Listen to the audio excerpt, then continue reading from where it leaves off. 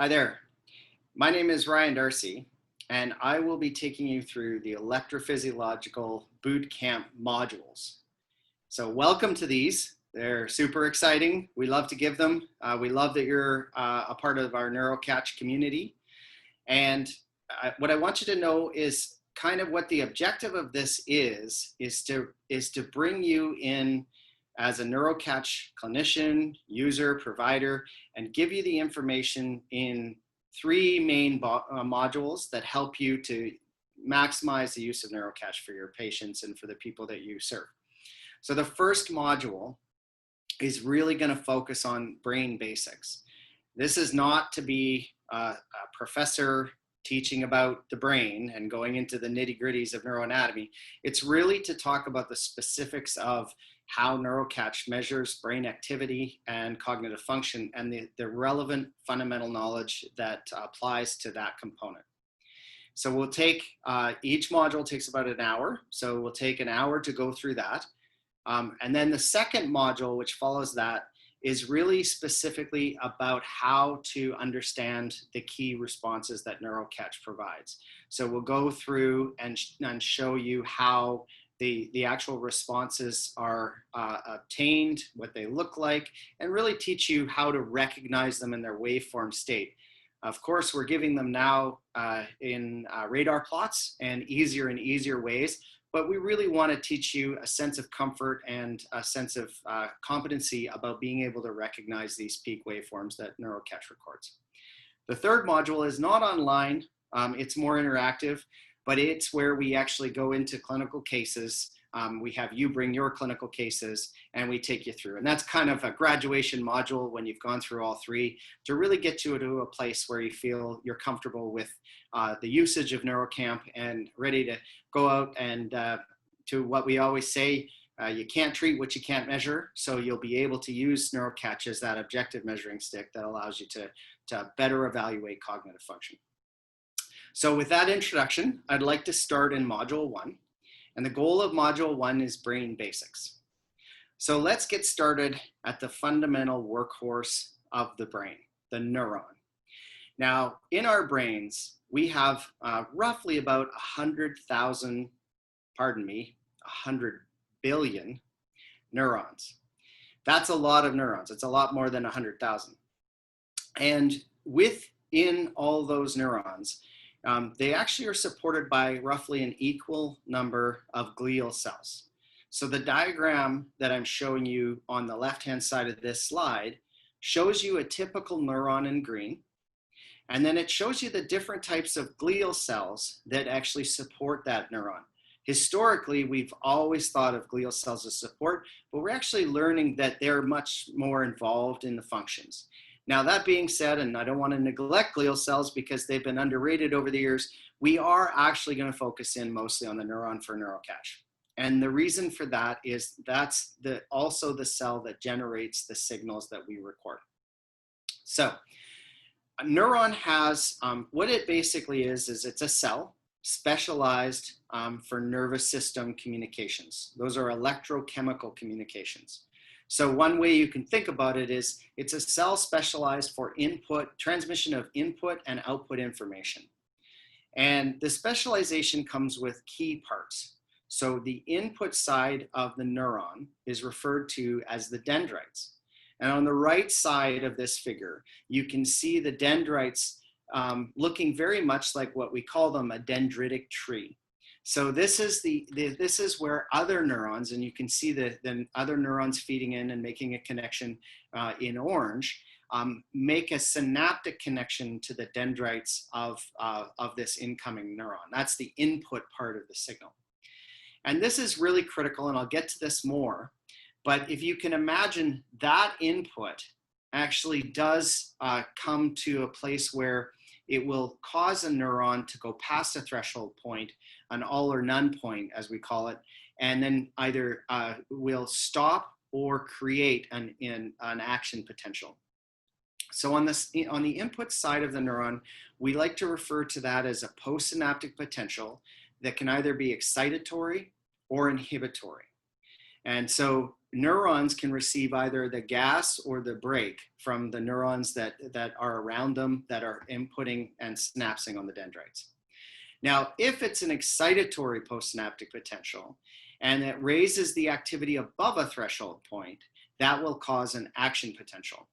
And the action potential will go on the axon, which many people understand in terms of gray matter and white matter. So gray matter is actually the neuron cell body, and you can see that there with the nucleus and the mitochondria and the ribosomes and the Golgi apparatus, typical cell structure.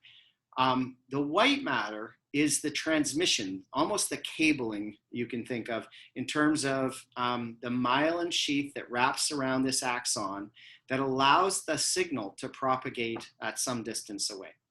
And neurons can propagate signals at quite a distance within the body. So what we see in terms of the transmission of the signals is this myelin sheath coated axon, which takes the signal down to the presynaptic terminal, where it can then actually interact with other neurons through synapses and into their dendrites. So that's the overall basis of kind of the functional unit of nerve cells in your brain called neurons, which are what contribute to the neurocatch signal. And what I'm going to tell you about and show you in this lecture is it's actually these postsynaptic potentials that are the source of what we record in neurocatch. So let's go to the next slide. So if we move from a cellular molecular level up to gross anatomy, this slide is intended to just give you an orientation for some of the critical things that we think about in terms of neurocatch and signals that are generated from neurons in the brain. So again, we'll start on the left-hand side. And this is just giving you a lateral and medial view of the brain. These are sagittal perspectives, so you're looking from the side. And if we start in the side of the medial, so this is the top left-hand section here, you can actually see both the cerebral cortex. This is the cerebral cortex, and this is the cerebral cortex. And it literally means cerebral bark. So you can think about it in terms of bark on a tree if that helps. And then you can see that that's the neuron cell bodies, and then their actual connections. This is the connection between your two brain hemispheres called the corpus callosum. And that's your white matter. So when we refer to gray matter and white matter, we're not referring to different cells. We're referring to different parts of neurons in terms of where the cell body and the processing is in your cerebral cortex versus where the transmission is if it needs to transmit a signal from one side of the brain to the other side of the brain through the corpus callosum, for example. Now, an interesting way to think of the brain is actually to just use a model like your hand. So if you actually make a fist and you turn it sideways, your cortex has lobes. So this could be your temporal lobe, your frontal lobe, your parietal lobe, and your occipital lobe. And in the core of your brain are your sort of your base critical functions. So this your brainstem, your midbrain. These are areas that are much more focused on things like basic life keeping. We share these structures with all animals. And this you can see is basically right here. So the core structures of your brain, particularly those that are sort of in your brain stem, those are basic functions. And as you go up and you go sort of climb up into different systems of your brain, that generally means you get into more and more complex functions. And in fact, for humans, what makes us uniquely human would be a couple of things. One is we've got a much more developed prefrontal cortex, which you can see here and here. And the areas that are specific for our language processing, which are largely in the left hemisphere, are much more focused in terms of our capabilities to communicate via language. Now, on the right side of this, you can actually see, this is just a diagram. It's not a neuroanatomically, functionally specific diagram. It, in many ways, is not accurate in terms of sort of hardcore neuroscience. But it does serve to make the point that's really important to think about when you're looking at the cerebral cortex, which is largely where the neurons that neurocatch looks at are generating signals, is the cerebral cortex. And here, what we are looking at in terms of this is this paradox between the fact that Specific functions can be localized, so they can be highly located. And I'll use the example of listening to me give this lecture. The sounds you are hearing can actually be traced from your ear to your primary sensory cortex in what's called your auditory cortex, which is towards the back of your temporal lobe. And this is a very, very localized area that's specific to hearing the sensory nature of sounds. However, at the same time, while functions can be localized, they're integrated within largely distributed circuits. So that's kind of I guess the paradox of the brain is that your functions can be located to one area, but they can coexist in a large distributed network at the same time. And what's interesting about that is that the different lobes in your cortex are specialized for different functions. So your temporal lobe largely is not only just listening and auditory processing, but it also includes things like processing language, processing memory. Your frontal lobe, which is here, is very much involved in motor skills. So this area right here is involved in actually generating movement. And then also in eye movements, speech movements down here. And then very high level, what we call executive functions like planning and that sort of thing are at the very prefrontal areas. Similarly, spatial awareness is a big job of the parietal lobe, which is here. And visual information is processed by your occipital lobe. And your cerebellum is really thought to be muscular and coordination. These are broad functional labels. They're by no means completely specific. And while they generally tend to be the same in all brains, everyone's brain is uniquely different. The main goal here is to understand that your brain has not only a structure, so structural elements, anatomy, but it also has a functional organization. And the functional organization is really important to neurocatch because we're looking at the functional activity of neurons in your brain as they process from a low-level sensory to a sort of mid-level attention to a higher level cognition. And so you have to keep in mind that they're coming from neurons that are primarily in your cerebral cortex. These are neurons that are localized to certain areas, but that participate in a larger distributed network, and that they represent your brain's function at its highest possible levels. So we'll move to the next slide, and we'll get into a little bit about how we can actually measure your brain function using technology. So while we're looking at brain function, the key thing is that there are really two main ways that we can non-invasively track your brain in action. So one way is by this electrochemical activity that happens between neurons at the level of the synapse. So these are what we call electrophysiological measures, and that's the domain of neurocatch. So we're going to talk a lot about electrophysiology, electroencephalography, evoked potentials, and event-related potentials. And these categories right here are really where the measures that neurocatch come from. I'll also in this module introduce you to more sophisticated, well, neurocatch is a deployable point of care.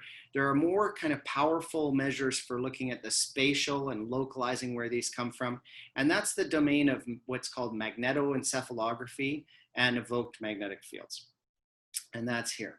So if we want a direct measure of your brain function and your brain activity, then we would look at electrophysiological measures, and that would give us a direct measure in time of how your brain is processing, and it'll give us ways to figure out where in the brain that activity comes from. If we want to understand where very precisely, down to submillimeter, this activity comes from, we can use an indirect measure that looks at what are called hemodynamic measures. So this is the fact that if your neuron is getting active, it's requiring energy in the form of oxygen and glucose. And when it requires oxygen and glucose, we can use technology to track that and localize where that happened in the brain. There's a couple of key ones that most people have heard of. Positron emission tomography is one. Certainly probably most popular and prominent, you see in even the news, is functional magnetic resonance imaging. These are these measures that give you brain activity maps, maps of where activity is happening in the brain. And the key thing to realize there is that They give those based on where neurons need oxygen and glucose. So it's an indirect measure of the activity. It's not a direct measure like electrophysiological measures. Down at the bottom here are a couple of pictures just to give you a sense of what these technologies look like. The big advantage of NeuroCatch is, as you know, is that it is portable and deployable, and you can use it in a lot of different environments and settings. For many of these measures, they're restricted to hospitals. They're multi-million-dollar instruments. So whether or not it's magnetoencephalography or MRI, there are much more sophisticated measures that you can dive deeper. But the intent for NeuroCatch and for technologies like this is really to be able to be accessible at point of care. And so it's a brain imaging measure for that purpose. All right, so let's talk a little bit about imaging brain function in terms of these two categories. And again, I want to spend most of my time in terms of the electrophysiology measures, and specifically this concept of event-related potential. So that's on the left-hand side of this slide. On the right-hand side, I'm going to do a comparison to functional MRI, which is a very popular brain mapping measure. But we're going to start first in the middle.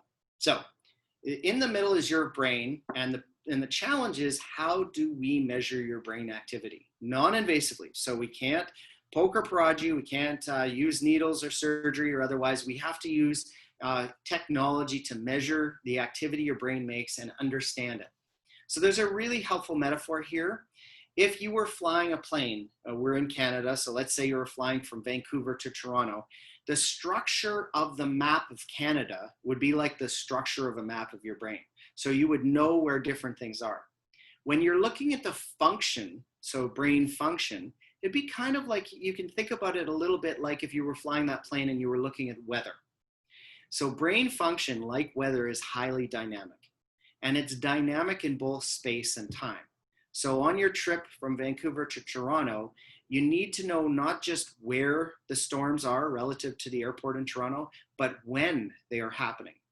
And so what's really critical when we look at brain function is they operate kind of like weather systems, in the sense that we can know when something's happening, but we can also localize where. So with event-related potentials, they're very good at looking at specific neural markers during cognitive processing.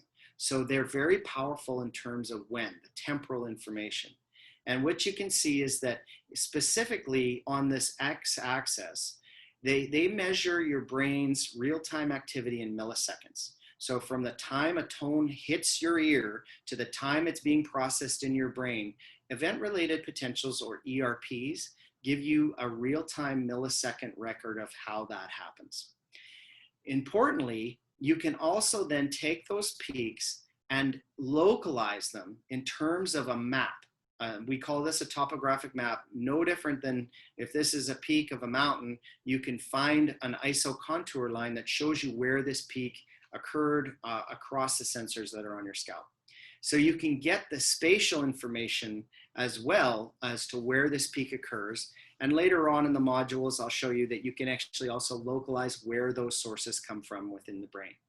So the take-home point is, with EEG and event-related potentials, or ERPs, you have very good temporal information to track, and you have spatial information.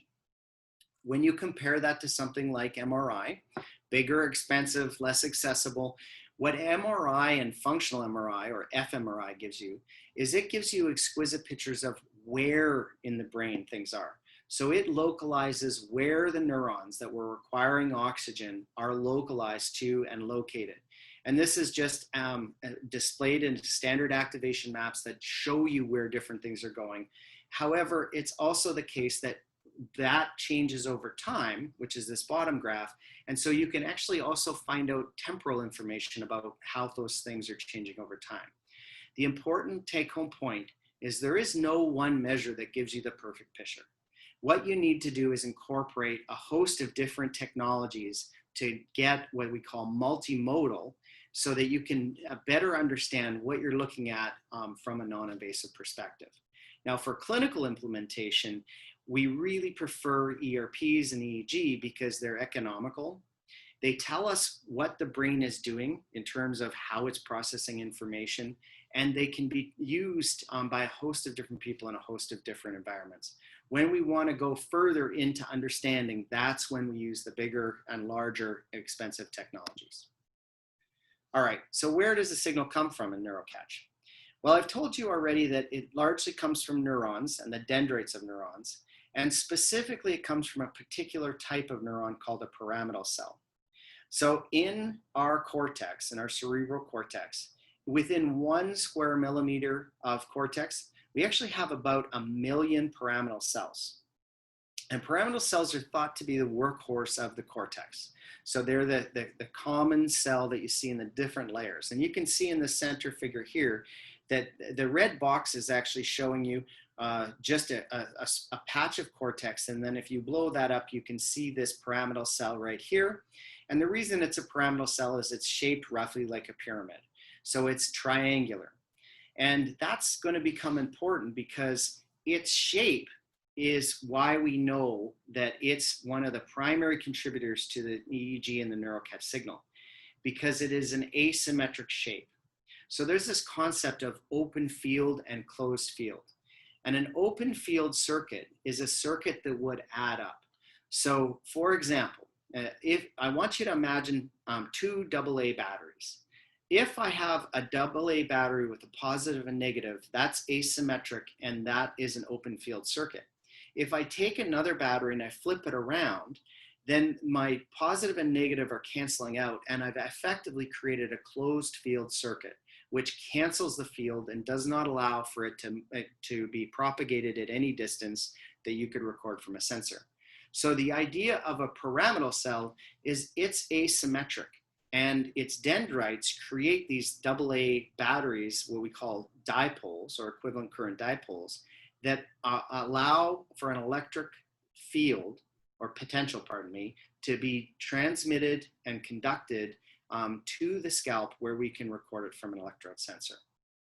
So it's really important to just connect that we know that the pyramidal cells are the primary contributors to the specific signal we're recording with neurocatch.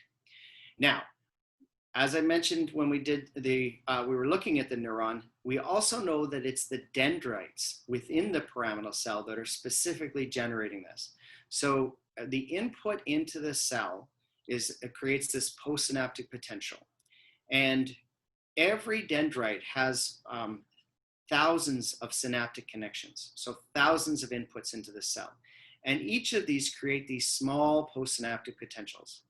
And we know that we're recording from the postsynaptic potentials as compared to an action potential, which is the output part of the signal, because of a couple of key factors. So let's just do a comparison. Here's your action potential. Here's your postsynaptic potential.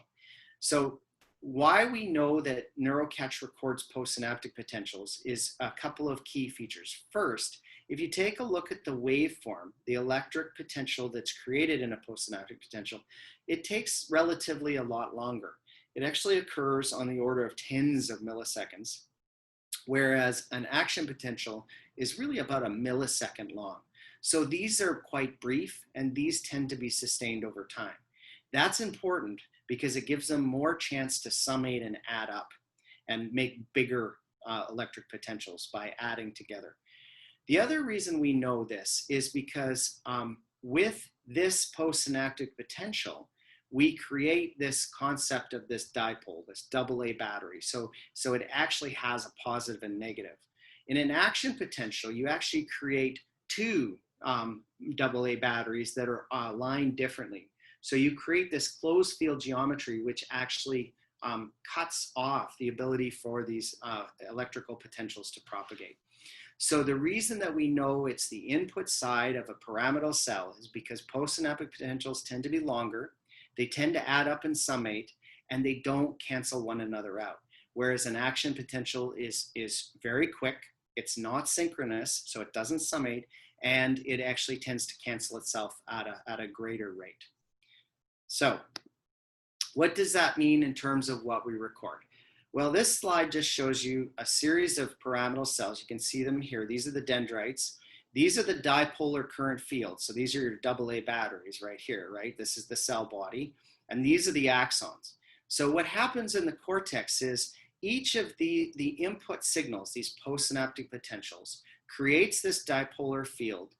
It is aligned and in an open field circuit with its neighbors. So these start to summate. So these dipolar fields, which you see as yellow arrows, add up to create a larger one. And that larger electric current creates both an electric potential that can be recorded at a distance and a corresponding magnetic field. And for EEG and neurocatch, we record the electric potential. And for MEG, magnetoencephalography, it records the magnetic field. The difference in this is technology. Largely, electric potentials, you can see the information very well in time, but it does get spatially blurred when it hits the skull and other structures, whereas a magnetic field passes through the skull uninterrupted. So when we want to understand space, MEG is much more powerful for localizing where these come from, whereas for EEG, when we want to be portable and we just want to understand how did the brain process that, EEG is very powerful. So let's talk a little bit about how we actually methodologically record EEG. You could do this, literally, you can pretend you could do this in your garage. It's actually technologically pretty simple. EEG's been around almost 100 years now. It's fairly well developed, and it's not actually overall difficult. It effectively means what you're doing is you're recording a small electrical activity that's generated from your brain by putting a sensor on your scalp. So we start here, these black dots are all sensors on your scalp. And what we can do is we can deem one of these sensors as an active sensor. And what that means is we put it over top of the brain. And we can compare that to an inactive sensor where we put it on a location that's not over top of the brain. So in this case, your earlobe.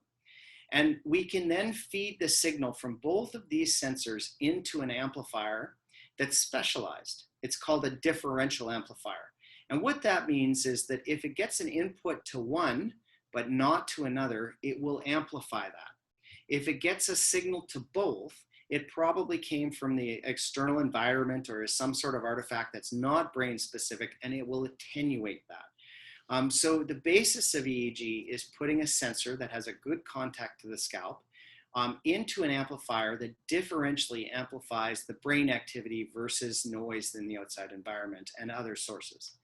And that then creates a tracing of what is electroencephalography or EEG, which is a brain activity that operates in a frequency range of around 100 to 0.01 hertz. So this is the active range of your brain activity. Now, what's interesting about this signal in and of itself is that it's got some core features to it. So first of all, we can describe it in terms of polarity. Is the peak going a positive direction or negative direction? So the peaks can have a polarity. They can be positive or negative. They can have amplitude, so they can have how big is the peak, and they tend to be around 100 microvolts in size or smaller, and they can be really for when we're looking at the signals, 20 microvolts to 2 microvolts is kind of the key range. The other feature is that you've got time here. So these are millisecond recorded changes in your brain activity across time. And then if you look at this, you can see that there are different frequencies embedded in the signal. And so you can characterize the frequencies of what the EEG is producing as well. So that's your raw EEG. And this is just an example for you to take a look at in terms of what raw EEG looks like. You can start to train your eyes with this a little bit. So let's start with this top line right here. This is pretty typical good looking EEG. We like this signal quality. And what you can see right now is it's pretty fast amplitude. It's pretty low frequency. This is some good EEG right here too. That's probably even a bit better. That's a little too high frequency. So lots and lots of people get specialized in being able to read these signals and see them. But this tutorial is just going to take you through some of the basics. So first of all, let's break it down into frequencies. Most people have heard about EEG, have heard about sort of the different frequencies like alpha, beta, theta, delta, and gamma. So alpha frequency is this characteristic frequency between 8 and 14 hertz. It's present when you're normal and awake. And this is actually showing you some good alpha. This is when often you start to get drowsy. You get this characteristic 8 to 14 hertz, and it's very sort of sinusoidal, large amplitude. You can see it's quite distinct, and you notice it stands out from the background EEG. So often when somebody starts to get relaxed, if they're losing attention, if they're starting to get dazed, you will see an increase in this alpha activity. Awake and alert and processing is beta activity. So that's lower amplitude, higher frequency. This would be an example of nice beta activity right here. This is some nice beta activity right here. You can compare that to the alpha, and you can see that the alpha is much more pronounced and much larger. As we start to fall asleep, our frequencies start to slow down. And so we get into these lower frequencies. Theta is from about 4 to 8 hertz. Delta is under 4 hertz. I'll talk about gamma in a bit. That's a faster frequency. But these are actually used clinically to stage sleep so that you can tell someone's level of awareness. So in NeuroCatch, the key areas that we're operating in is the beta range. We want a lot of beta activity. We want to minimize alpha. I'll teach you that actually can be a bit of an artifact. So that's an important thing to pay attention to. And it's important to know that there are other frequencies. Gamma, for example, is thought to be kind of like a transmission carrier wave that carries information from your thalamus to your cortex and back. And that operates at a higher frequency. The base idea here is that EEG has different frequencies, has different signals of richness in it. And importantly, for looking at how your cognitive function is, we're very interested in this beta range. That's an important frequency range for us. One other thing, you can see some artifacts in this data. So if you were to clench your muscles, you would have actually muscular activity, and that results in a high frequency, low amplitude, and you can sort of see a sense of that. The other thing that you were to do, if you were to blink or move your eyes create an electrical artifact. And here what you can actually see is moving the eyes. And if you see this slower frequency embedded in here in this shape right here, that's an eye movement artifact. In NeuroCatch, all of these are dealt with, so you won't see them in the results. But part of the algorithm, what it does is it actually finds the eye artifacts, it finds the muscle artifacts, and it deals with it, so you don't have to deal with it. The only artifact that we really can't deal with very, very well, because it overlaps with beta frequency, is alpha. And I'll teach you later on how to identify and how to manage that situation. All right, so this is a really important slide, because this is at the core of how you convert an EEG to an evoked potential or an event-related potential. And it basically goes to a fundamental process in science and physics called signal averaging. So I want you to imagine that you've recorded this EEG activity, and you've recorded it to a number of events. Let's say that you were presenting one tone that was loud and one tone that was not loud, and you did that a lot of times. So you presented a number of different tones. And each of those you presented with a second between the tones. So if you did these for hundreds or thousands of times, you would get hundreds or thousands of traces of raw EEG. We're only showing a few here just to overlap, but you would have some that were during the loud tone and some that were during the normal tone. And I'm just depicting that in orange and in black respectively. So this is your raw EEG. Now embedded in that is a small signal that's related to specifically processing that tone. So the concept of an evoked or event-related potential is to extract that specific signal. Now, the way we do that is we average. So if you average the black activity together and you average the orange activity together, any electrical activity that is random with respect to the tone, so it didn't have anything to do with it, will average to near zero. And only the electrical activity that is related to this tone will survive your averaging process. So we call that signal averaging. It's a way of extracting a small signal that's embedded in background noise, because the noise is random. When we have lots of samples of this and we average them together, that random averages to zero, and you're left with only the electrical activity that is that small signal that was embedded. It's a way of extracting that small signal out. So as you signal average this, if you just look at the orange, you can actually extract the evoked response that was embedded within that background activity and display it on a graph in terms of how the brain processed that information in time. So we're going to get into that a little further, but you can see that we can start a recording just ahead of when that stimulus is. So this is minus 100 milliseconds before we gave them the tone. And then we can watch as the brain processes the sensory information, gets into the attentional information, and then later on gets into cognitive information. And that is all happening within 1,000 milliseconds. So very, very rapid processing. All right, so importantly, this has been done for a very, very long time. In fact, clinically, we do this to look at your brainstem auditory evoked potential, for example. So when we play tones in your ears, we can look at how your brainstem at the base of your brain is processing information. And each one of these peaks actually corresponds with it getting processed up increasingly through your brainstem at different nuclei as the information is getting coded into your brain. Notice this is very fast. It's only 10 milliseconds, and it's a small tone because it's a very rapid and small, recorded from far away. We can then actually track the information as it goes further into your brain, into your midbrain. And so this is sort of a middle range of looking at that information being processed in your midbrain. And where neurocatch operates is later when it gets to your cortex. So here, this is sort of a longer time range. We're talking on the sort of order of thousands of milliseconds. And I'm going to teach you about this N100 in a minute. But you get these peaks that tell us when the information got to your cortex, when it started being operated on from attentional processing, and then when it was being operated from cognitive. And each of these peaks corresponds with that stage of processing.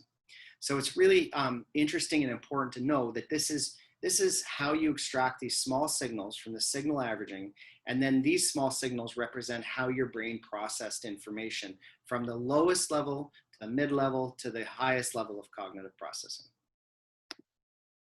All right, now some nomenclature. When we do EEG, most systems are based off of this thing called the International 1020 system. And basically that's just a labeling system for the sensors we put on your scalp. And if we look, it uses percentages. So we can take for different heads of varying sizes, and we can ensure that the sensors are put on the same place by just understanding 10 and 20% distances. And what happens is you can see these labels, and I just want to take you through this quickly. If a sensor finds itself in the front, near the frontal lobes, it gets an F. If it's in the center, it gets a C around the central sulcus. And if it's towards your parietal, it gets a P, occipital for O, temporal for T. Notice that if it's on the midline, it gets a Z. So FZ, CZ, and PZ are the key sensors that neurocatch uses. If it's towards the left, it gets an odd number, F3. Towards the right, gets an even number, F4. And the more lateral you go, the larger the number. So F7 denotes a lateral left frontal electrode. So this is a standard system, and the bottom line for neurocatches right now, we currently record off these three, which are positioned optimally to record the responses that we're going to teach you. So this is the last slide for the module, and this is just to teach you that while we spent a lot of time looking at temporal information, really to understand there's a whole lot more that you can get once you've done your neurocatch. If you want to understand and go deeper into brain imaging and brain function, there's just a tremendous amount of complexity and information that you can extract. And to make that demonstration, I'm just using a blink. So here, what you're looking at is actually when we record with magnetoencephalography, a blink creates a very large artifact. This is your blink right here. And all this baseline activity is your brain activity. So when we look at how that blink goes across the sensors on your brain, if you just look at this 0 millisecond, you can see that this blink actually localizes to have a potential field localized with where your eyes are. So this is your eyes moving with a blink and creating this change in the field that's very large, minus 700 to 1000 femtotesla. After we extract this blink, then you can see we are only left with brain activity. So it's much smaller than a blink activity. And here, when you compare, now you're looking at the brain activity, and it's got much more of a rich map you can see with the scalp topography, and it's much smaller. So when we do this, a lot of what we're doing is recording small electrical activity and ensuring that artifacts, be it blinks or external noise, are controlled for. And that's part of the magic and the technology that's behind NeuroCatch. But what's really cool about this blink is that we do have the power to go and localize that activity. So once we've extracted the blink and we found this brain activity, this is just showing you that when we move from an EEG to an MEG, you can actually localize where this came from in the brain. So we can find the structures of the brain that created the signals that you record in NeuroCatch. And in Module 2, I'll spend some more time going into that. But for now, that's the basics of a sort of brain basics. So we understand now that the neuron is the important feature. Specifically, it's the pyramidal neuron and the dendrites of the pyramidal neuron, which find their home in the cerebral cortex. They can be localized to specific areas, but they participate in a distributed network. When they create their electrochemical activity, we can record that with EEG as brain waves, as gross brain waves. When we want to extract the specific signals of sensory processing and cognitive processing in the brain, we do this signal averaging. So we get lots and lots of these and we average them together to extract the specific trace of how your brain processes that information. And that information allows us to extract the key components that are recorded in NeuroCatch. Thank you for your attention for this module. And I'll stop the recording of the module now, and we'll see you for Module 2.